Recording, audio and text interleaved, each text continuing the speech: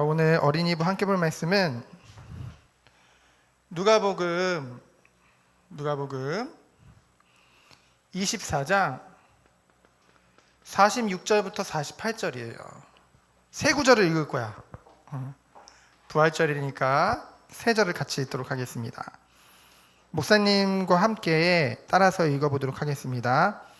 또 이르시되 이같이 그리스도가 고난을 받고 제3일에 죽은 자 가운데서 살아날 것과 또 그의 이름으로 죄사함을 받게 하는 회개가 예루살렘에서 시작하여 모든 족속에게 전파될 것이 기록되었으니 너희는 이 모든 일의 증인이라. 아멘. 자, 말씀이 시작되면 성경을 펴고서 같이 말씀을 읽는 거예요. 자, 오늘 함께 볼 말씀의 제목은 예수님이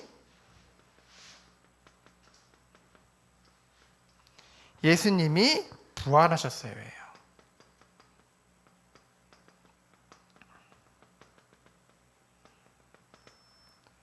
자, 오늘은 부활절이에요. 여기 부활절 감사예배라고 써있죠. 여러분이 모든 감사절이 진짜 기쁘지만은 부활절은 우리 믿는 사람에게 있어서, 하나님의 은혜를 받은 사람에게 있어서 최고로 기쁜 날이고 최고로 하나님께 영광 돌릴 수밖에 없는 그런 책임도 우리에게 있어요. 이거 우리의 의무예요. 왜냐하면은 그만큼 하나님이 신 예수님이 우리를 위해 받은 고난은 우리가 지금 겪고 있는 거랑은 완전히 비교가 되지 않아. 그만큼 큰 사랑과 그 은혜를 우리가 받았어요. 그렇죠? 그리고 예수님이 약속대로 부활하신 거예요. 그래서 우리에게 정말 참 소망을 주신 거죠. 자, 예수님이 누구신데요? 예수님은 죄가 없으신 분이에요. 왜냐하면 하나님이시기 때문에. 그렇죠? 우리가 감히 입으로도 올리면은, 함부로 말하면은 죽을 수도 있는 그만큼 존귀하신 하나님이신데요. 그 예수님이, 그 하나님이 우리와 같은 인간의 몸으로 이 땅에 오신 거예요. 완전한 인간으로 이 땅에 오신 거예요. 왜요? 죄인 된 우리를 살려주시기 위해서. 그래서 하신 일은 뭐예요? 오셔서 가장 먼저 하신 게 뭐예요?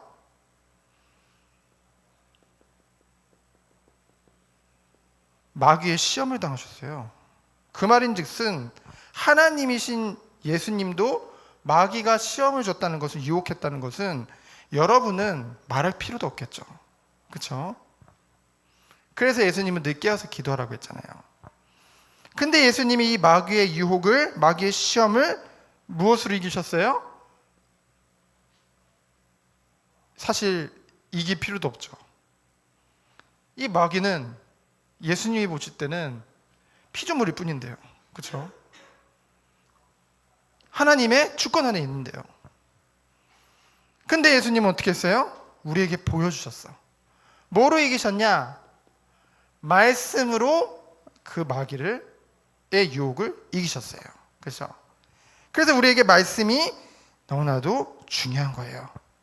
그리고 그 예수님이 하신 일이 뭘까요? 공생의 기간 동안 예수님은 늘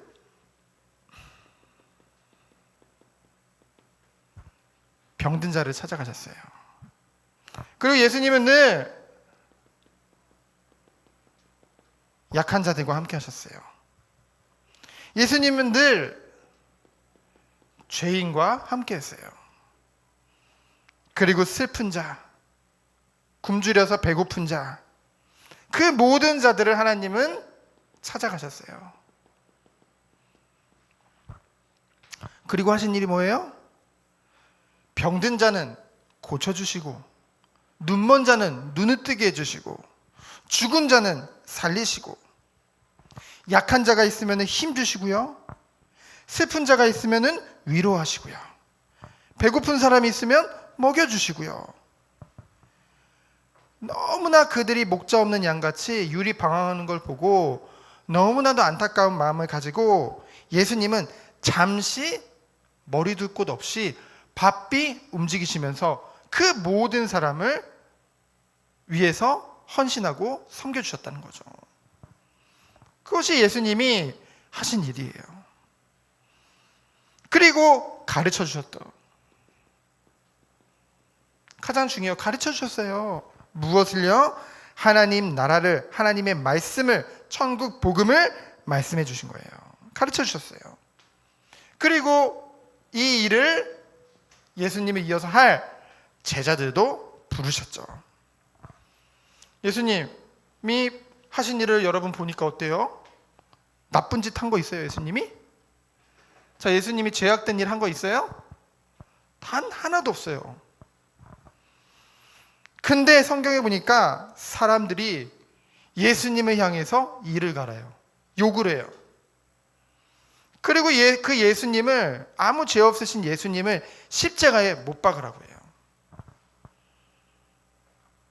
그래서 예수님이 모든 고난 다 당하시고 채찍 맞으시고 사람들이 침뱉고 때리고 그 십자가의 못을 박는데 벌거벗은 몸으로, 속옷 하나 못 입고 아예 벌거벗은 몸으로 그 많은 사람들 앞에 십자가에 못 박혀서 죽으신 거예요. 못을, 이거보다 더 큰 못을 여기다가 여기 다리에다가 3개를 박았어요. 근데 여기서 십자가에서 그냥 못 박고 그냥 금방 돌아가신 게 아니라 무려 몇 시간 동안? 6시간 동안이나 그 고통을 당하셨어요. 근데 예수님에게 더 큰 고통은 뭐예요? 예수님이 왜 십자가에 달리셨는데? 우리 죄를 지고, 죄를 지었기 때문에 하나님과 단절된, 그 하나님과 이제 떨어진 그 느낌, 그 죄를 미워하시는 하나님의 분노, 화내신, 그걸 다 당하시니 얼마나 외롭고 얼마나 힘든지. 그렇죠? 무려 6시간 동안이나. 그리고 옆구리에 창을 찔리셔서 온몸에 피와 물을 다 쏟으시고 어떻게 하신 거예요? 십자가에서 죽으신 거예요. 그렇죠? 누구를 위해? 우리 죄 때문에. 그렇죠? 다른 사람 때문이 아니에요. 우리 죄 때문에 예수님이 죽으신 거예요. 그러면은 우리는 이 예수님의 죽으심과 고난만 생각해도 너무 감사하잖아요. 그렇죠? 근데 여기서 끝나면은 우리가 믿는 이 기독교가 다른 종교와 다를 게 없어요. 다른 종교에도 그들이 믿는 걸 위해서 죽은 사람들 많거든요. 순교한 사람들 많거든요. 근데 이 기독교에서 다른 게 있어. 우리가 믿는 기독교는 뭐냐? 바로 그 예수님이 그냥 죽고 끝난 것이 아니라 3일 만에 다시 살아나신 거예요. 다시 살아났어. 완전히 죽었다가 다시 살아나셨어. 그걸 뭐라고 하냐? 부활이라고 해요. 바로 그리스도의 부활이에요. 1절부터 12절까지 그리스도의 부활에 대해서 나와요. 아침에 일어나서 3일째 되는 날, 안식 후 첫날, 안식일날 하면은 이제 사람들한테 또 막 안식일에 뭐 했다고 또 그럴까봐 안식 후 첫날, 3일째 되는 날 예수님이 있는 무덤에 여자들이 찾아갔어요. 왜요? 그 시체에다가, 죽은 시체에다가 향품을 발라주기 위해서. 그리고 그곳에 갔더니, 아니, 옛날에는 예수님을 이렇게 동굴 속에 넣고 이걸 동굴을 큰 돌로 막아놨거든요. 근데 이 돌이 굴러가 있어. 문이 열려져 있어. 그래서 깜짝 놀라서 그 안을 봤더니 예수님의 시체가 없어요. 그러면 예수님 분명히 말씀하셨거든. 내가 3일 만에 다시 부활할 거다. 근데 그들이 그것을 믿지 못했어요. 믿지 못하는 걸 뭐라고 하냐면은 불신앙이라고 하거든요. 불신, 믿지 못한다. 자, 불신앙의 증거로 뭐냐? 그들이 걱정했어, 근심했어. 불신앙의 증거예요. 걱정이 많아요. 그리고 뭐예요? 무서워해요. 두려움이 많아요. 이들을 향해 천사가 그들에게 말하는 거예요. 너희들이 왜 근심하고 두려워하냐? 예수님이 너희들에게 말씀하신 거 기억 안 나냐? 인자가 죄인의 손에 넘겨져 십자가에 못 박히고 제3일 만에 다시 살아날 것이다. 예수님이 하셨던 말씀 너네 잊어버렸냐? 너희들 그것을 기억해라 라고 하는 거예요. 천사가 뭐라고요?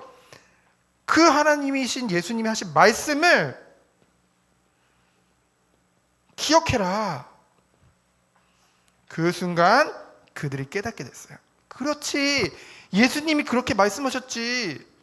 내가 십자가에서 죽을 거지만은 3일 만에 다시 살아날 거야. 정말 예수님이 다시 살아나신 거구나. 말씀을 잊어버리니까, 그 말씀을 믿지 못하니까 걱정하고 두려워할 수밖에 없는데, 무서워할 수밖에 없는데, 그 말씀이 기억나니까 어떻게 돼요? 힘이 나고, 그래서 당장 뛰어가요. 여자들이 누구를 향해? 11 제자들이 있는 곳에 가가지고, 제자들이 모여있는 곳에 가서 예수님이 부활하셨습니다 라고 얘기를 하죠. 그렇죠?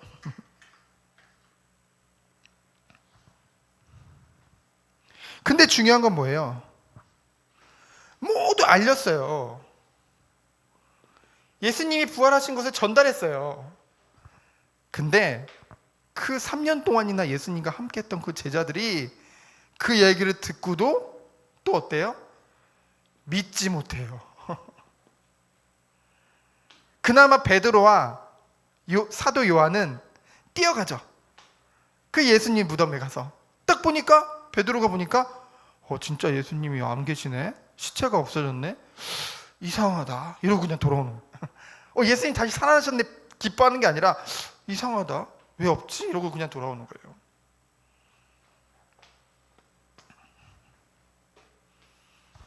그리고 또 오늘 말씀에 보면은 어떤 내용이 나면은요, 이제 예루살렘에서 예수님이 죽었구나. 야, 선지자인 줄 알았는데, 진짜 메시아인 줄 알았는데 이분이 죽었구나. 실망해가지고, 슬퍼가지고 이제 예루살렘에 등지고 엠마오로 가는 거예요. 엠마오라는 지역으로, 엠마오